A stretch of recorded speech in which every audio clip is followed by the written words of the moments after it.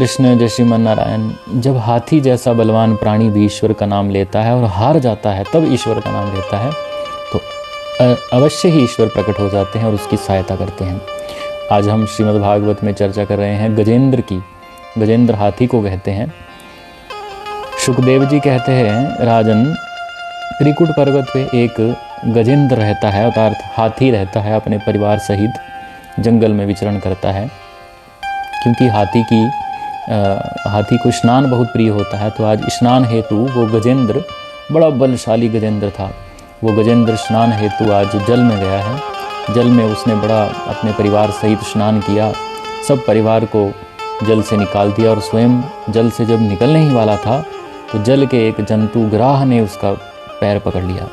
तो जब हाथी का पैर पकड़ लिया गजेंद्र का, तो गजेंद्र हंसने लगा कि देखो किसी जल के प्राणी ने मेरा चरण पकड़ लिया है, इसको ये पता नहीं कि मैं हाथी हूँ। इतना बलशाली हाथी था, इतना मदवान हाथी था। तो हाथी ने बहुत प्रयास किया परंतु ग्राह ने एक तिल भी उसका चरण नहीं छोड़ा। उसके परिवार ने उसका बहुत साथ दिया, उसको बाहर खींचने का प्रयत्न किया, परंतु ग्राह ने चरण नहीं छोड़ा। अंत में परिवार वाले भी वहाँ से चले गए, उसके सब मित्र परिजन जो भी संबंधी थे वो सब वहाँ से चले गए और गजेंद्र धीरे धीरे पानी में डूब रहा है, जल में डूब रहा है।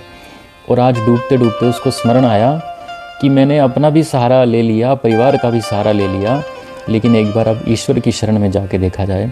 तो गजेंद्र ने बड़ी सुंदर स्तुति श्रीमद् भागवत में की है, उसको गजेंद्र मोक्ष कहते हैं। अलग से स्तुति पत्रिका भी गजेंद्र मोक्ष की मिलती है, उसके बड़े अद्भुत उपाय होते हैं, कभी चर्चा करेंगे उस विषय में।